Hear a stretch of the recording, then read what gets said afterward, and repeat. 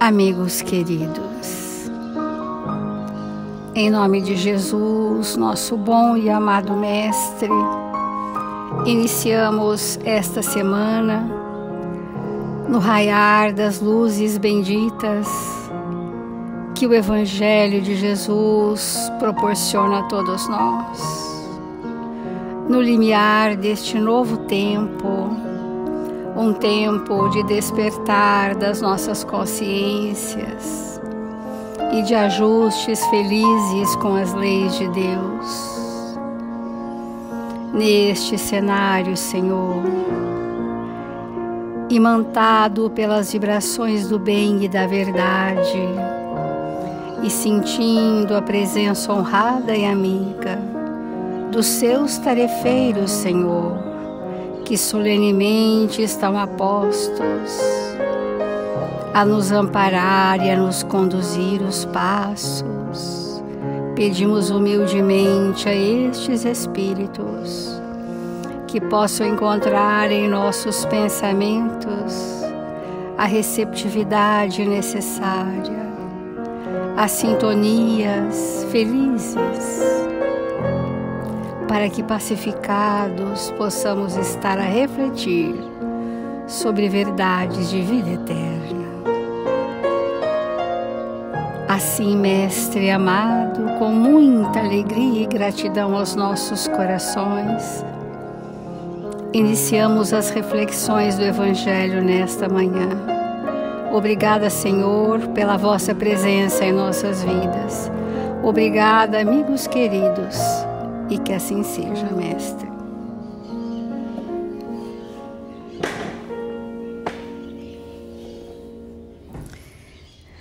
Do Evangelho segundo o Espiritismo, o capítulo 5, Bem-aventurados os aflitos.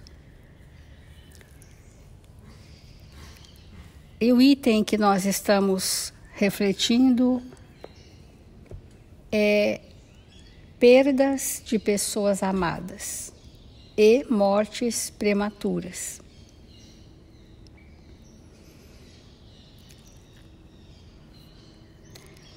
Sempre que essa visão estreita que não pode se levar acima da matéria, sabeis qual seria a sorte dessa vida tão plena de esperança, segundo vós? Quem vos diz que ela não poderia ser cheia de amarguras?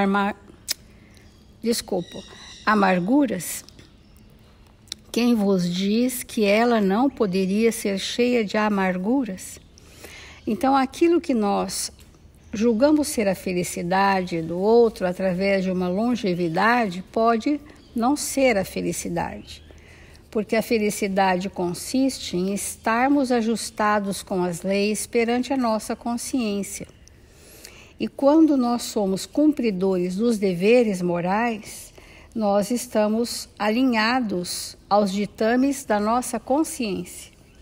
Isso é o estado de felicidade possível na Terra. Então, de que vale nós continuarmos encarnados apenas existindo, sem viver a vida do Espírito? De que vale nós estarmos encarnados, chafurdados nas mesmas viciações do passado?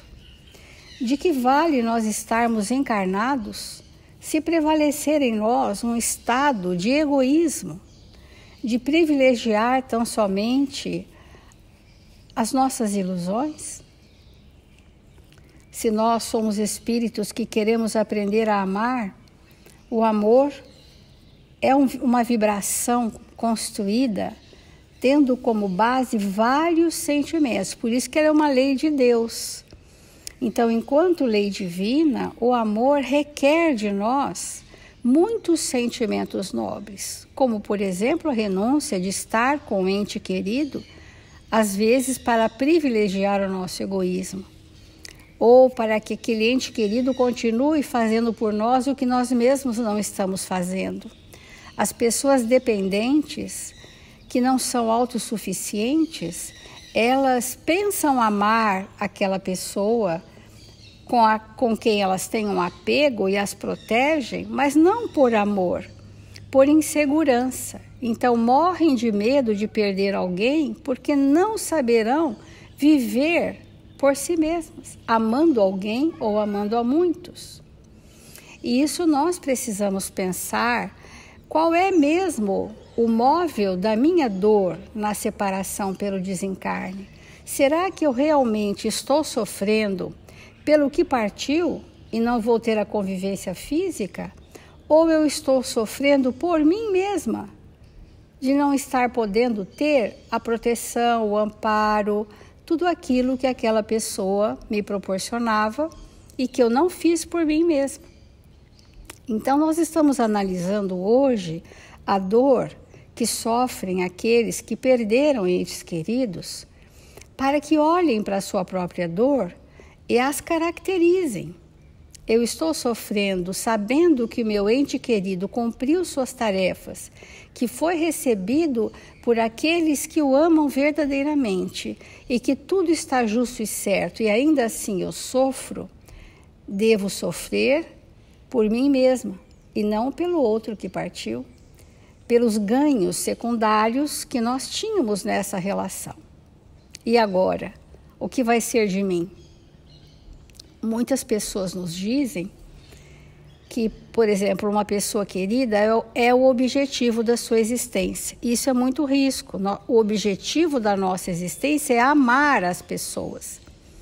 Mas fazer da pessoa o nosso objetivo é um equívoco, porque as pessoas passam na nossa vida e elas tendo saído para viajar para um outro continente, morar lá 30 anos, ou para a desencarnação e ficar lá até a próxima existência, é que nós vamos dizer se nós a amamos verdadeiramente ou se nós sofremos porque nós estávamos colocando nela a única razão de viver. Perdendo a pessoa pela separação, nós perderíamos a razão de viver, e muitos dizem que querem morrer. E falam, se você morrer antes de mim, eu quero morrer também. Isso é um grau ainda de egoísmo extremado. Isso não tem nada a ver com amor, não tem nada a ver com sentimentos bons, tem a ver com apego, com possessividade, com passionalidade, que são frutos do nosso egoísmo. São derivações do nosso egoísmo. E que nós precisamos pensar muito o que eu preciso fazer comigo para que eu ame e dê ao outro a liberdade dele sentir-se amado. Então, nós estamos diante de um momento na humanidade onde muitas pessoas perderam, entre aspas, seus entes queridos pela Covid. Não perderam para a Covid, como eles escrevem, perdeu para morrer, não, com Covid, mas não perdeu para a Covid. Não é isso, não é uma disputa. Isso é um fato espiritual. Então, nós estamos numa pandemia moral em que está havendo um arrastamento das nossas questões para desencarnes coletivos. E muitas pessoas estão tristes, muitas pessoas estão sofridas, muitas pessoas estão com solidão, com muita saudade, que isso é absolutamente natural, né? Que bom que a gente tenha, que a gente goste daquela pessoa, que ela faça falta na nossa vida, ela tem um significado na nossa história. Isso forma uma lacuna nos nossos sentimentos. Isso sim é a verdade da nossa dor.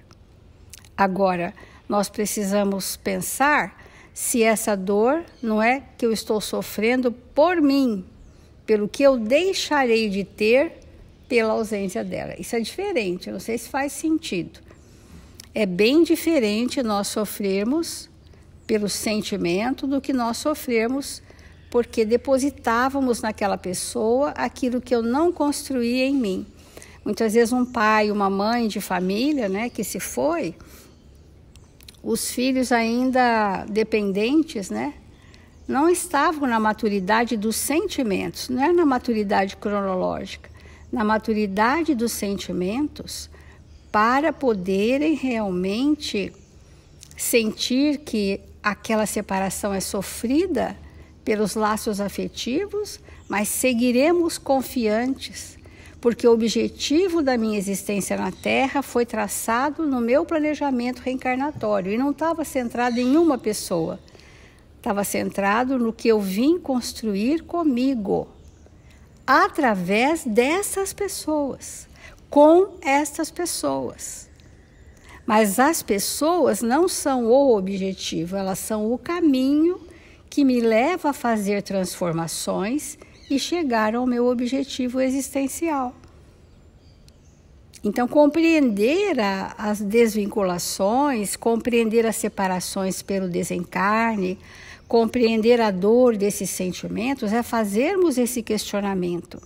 Será que eu já sei qual é o objetivo da minha existência na Terra?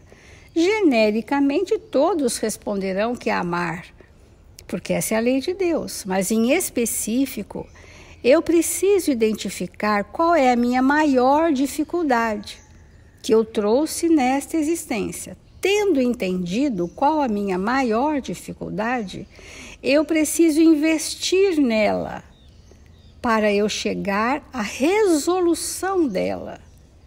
E quando eu chegar ao término da minha existência, para partir para o mundo espiritual, perante a minha consciência, eu preciso saber se eu tenho cumprido aquilo a que vim. Então, olha o que a doutrina espírita nos conduz a identificarmos se eu estou atuando na minha principal dificuldade, que se transformou numa necessidade evolutiva. Por exemplo, a necessidade evolutiva de construir o perdão. Com quem? Com o pai, com a mãe, com os irmãos, com os amigos, com os agregados, com os companheiros da casa espírita, com os trabalhadores do meu ambiente profissional. Esse é o objetivo. Mas aquele pai, aquela mãe que se foram antes de nós, eram para mim o caminho para eu trabalhar o perdão com eles. Mas o trabalho é íntimo. Nós estamos falando de desencarnação. Nós estamos falando de como nos preparamos para a nossa própria desencarnação, tendo cumprido o nosso roteiro divino. No Livro dos Espíritos, é a questão que nós estamos já há alguns dias na mesma questão, que é a questão 936, como as dores inconsoláveis dos sobreviventes afetam os espíritos a que se dirigem. Então, nós demos um exemplo. Se nós perdemos uma pessoa muito querida, como pai, mãe, filho, irmãos, companheiro, companheira, se nós auxiliamos ou os fazemos sofrer pela nossa forma apegada de sentir os sentimentos. Todos os dias nós falamos que é doloroso, que é sofrido, na nossa condição imperfeita, nesse planeta Terra, a separação pela desencarnação é muito, muito sofrida, mas não pode fazer de nós espíritos atormentados, que arrastamos anos desconsolados por um fato natural que estava programado na espiritualidade. E Kardec, primeiro livro, o Espírito de Verdade diz assim: o espírito é sensível à lembrança e aos lamentos daquele que amou. Mas uma dor incessante e irracional o afeta penosamente, porque ele vê nessa dor excessiva uma falta de fé no futuro e de confiança em Deus, e por conseguinte um obstáculo ao progresso e talvez ao reencontro. Quando a gente convive bastante nos nossos relacionamentos, nós vamos tecendo filamentos energéticos de perispírito para perispírito. Nós vamos fazendo um achuriado, nós vamos fazendo uma costura, uma urdidura energética com liames afetivos que nos ligam uns aos outros. E aquilo que dói no outro, a quem nós temos vínculo, também dói em nós. Esse é o primeiro processo de sensibilização, por exemplo, para nós trabalharmos na casa espírita. Se nós temos essa sensibilidade de perceber a dor do outro em detrimento da nossa. Então, é uma sensibilidade que aquilo que eu estou sentindo aqui pode ser um pensamento daquele que está no mundo espiritual recentemente. E aquele que está no mundo espiritual recentemente está sentindo também os meus sentimentos e os meus pensamentos. Então, nós podemos escolher. Nós amamos aquela pessoa que desencarnou? Quero fazê-la estar melhor? Eu preciso transfundir, através dos meus sentimentos, naquele coração que partiu, as vivas alegrias que tivemos na convivência do dia a dia. Aquilo que foi profundamente sensível entre nós. Aí nós estaremos fazendo bem ao desencarnado. O espírito estando mais feliz que sobre a terra, lamentar-lhe a vida é lamentar que ele seja feliz. Isso a gente falou todos esses dias. Nós queremos a pessoa infeliz ao nosso lado do que a pessoa liberta por um processo que ela já encerrou dentro do seu plano reencarnatório. Não haveria mais egoísmo que afeição de sua parte em querer que partilhasse seu cativeiro e seus sofrimentos, tanto tempo quanto ele? As pessoas dizem, por que você me deixou? Me deixou aqui, agora eu tenho que lutar com isso, fazer aquilo. Sem você, agora eu tenho que aprender a trabalhar, eu tenho que sobreviver, eu tenho que criar filhos, eu tenho que proteger a família. Olha a exigência que não é a dor da separação, é a dor de não ter a pessoa fazendo por ela o que ela precisará fazer por si agora. Quantos viúvos, quantas viúvas, quantos órfãos cresceram e amadureceram muito porque tiveram que ir à luta, tiveram que arregaçar as mangas, tiveram que ir para o mundo. E enquanto aquele ente querido as tolhia pensando amar, porque não amava também, tolhia e superprotegia, atrofiou naquele espírito a possibilidade de voar, de se libertar. E às vezes, através de uma grande dor, é a chance que o espírito tem. Quantos meninos ficaram órfãos aos 5, 7, 10 anos e se tornaram grandes trabalhadores? Porque a vida os convidou a uma luta que, se eles tivessem os pais presentes, talvez não fizessem. Então, nós precisamos pensar muito que este pode ser o nosso último dia da existência na Terra. Porque isso é uma possibilidade. E se nós fizermos pelos nossos filhos aquilo que foi necessário para eles caminharem, ou pelos nossos irmãos, ou pelos nossos amigos, nós precisamos ter claro perante a nossa consciência. Porque a dor, muitas vezes, vem daquilo que deixamos de fazer com aquela pessoa que partiu.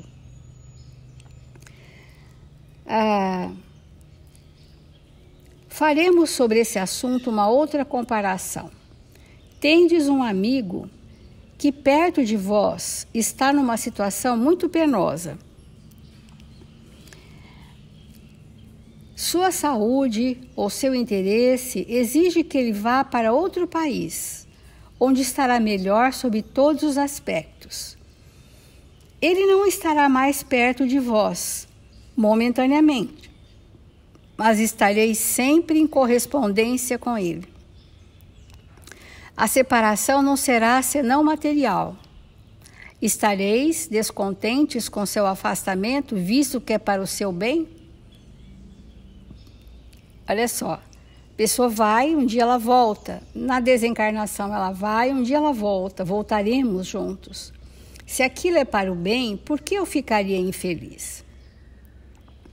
A doutrina espírita, pelas provas patentes que dá da vida futura, da presença em torno de nós daqueles que amamos, da continuidade da sua afeição e da sua solicitude pelas relações que nos faculta manter com eles, nos oferece uma suprema consolação, numa das causas mais legítimas de dor. A consolação que a doutrina espírita nos traz é da prova patente da vida futura, da imortalidade da alma, da comunicabilidade contínua entre os espíritos pelos fios da sintonia.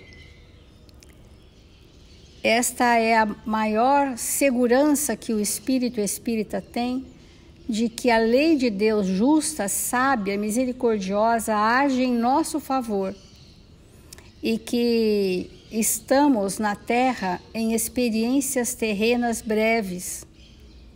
A nossa verdadeira vida é a vida do Espírito. Então estamos reencarnados em experiências terrenas. Não somos corpos, personalidades, buscando manifestações espirituais. É o inverso. Nós somos espíritos em experiências terrenas. E isto é importante nós considerarmos, que a nossa passagem aqui na Terra, ela é breve, mas necessária para que haja transformação dos nossos sentimentos, o que na condição de desencarnados ainda não nos será possível nesse planeta denso, onde o nosso perispírito está densificado pelas nossas formas de vivermos a vida. É na encarnação que o espírito faz mais progresso. Porque muitas pessoas podem dizer assim, mas nós não poderíamos progredir no mundo espiritual? Porque no mundo espiritual, nós estamos em ambientes separados daqueles que nós viemos nos ajustar pela diferença de potencial vibratório. É enquanto nós estamos encarnados que nós não vemos nenhuma diferença entre todos, mas as diferenças existem. E quando vamos para o mundo espiritual, nós não vamos estar, se não tivermos na mesma faixa evolutiva, com aqueles que hoje nós convivemos. Então, por isso que é importante nós estarmos juntos, mas a maior mensagem para a desencarnação, amigos queridos, está na forma como eu vivo a vida. A forma como eu vivo a vida, a qualidade como eu vivo a vida, é a forma como eu vou desencarnar. É quem eu vou encontrar, é em que ambiente eu vou estar. Então, suportarmos impacientemente as tribulações da vida, e elas nos parecem tão intoleráveis que não compreendemos que as possamos suportar. Todavia, que as suportarmos com coragem, se houvermos imposto silêncio às nossas murmurações, nós nos felicitaremos quando estivermos fora dessa prisão terrestre, como o paciente que sofre se felicita quando está curado, de se ter resignado a um tratamento doloroso. É muito importante nós analisarmos juntos, hoje, o nosso tema de hoje, é nós pensarmos se a dor da separação está mesmo apenas pela saudade, que é uma saudade saudável, ou se nós estamos sofrendo porque egoisticamente queríamos que aquela pessoa continuasse fazendo por nós o que fez a vida toda.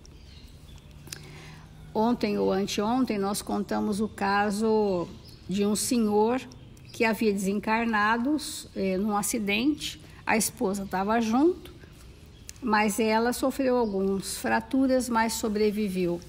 Eles estavam vindo de uma viagem, numa festa de casamento de uma das filhas. Foi uma festa lindíssima e na volta dessa viagem aconteceu esse acidente, ele veio subitamente a desencarnar.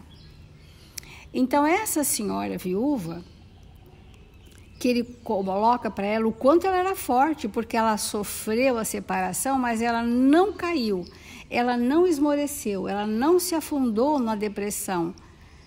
Ela continuou, pegou as rédeas da própria família e deu sequência e lutou e renunciou e se sacrificou e se fez forte a cada dia mais. Mas a união amorosa do casal permaneceu, porque toda a força de trabalho dela para com a família, ele recebia como jatos de esperança, como conforto ao seu coração partido pela separação do casamento.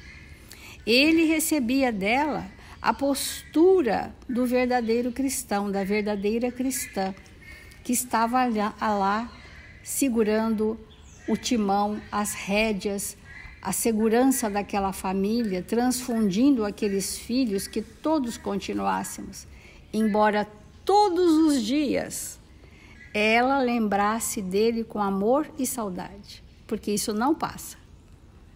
Mas não é sofrimento, é saudade, é o prazer daquela convivência.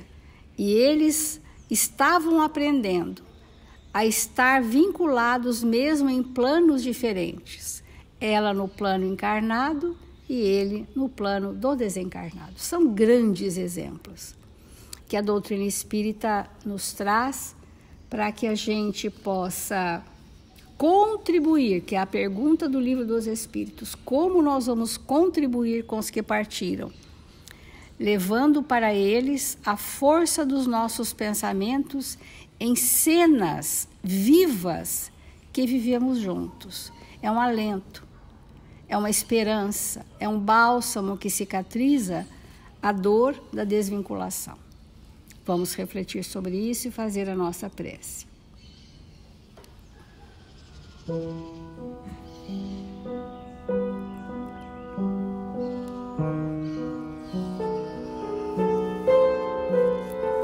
Senhor Jesus, amado Mestre, meigo pastor da Galileia, terno Rabi,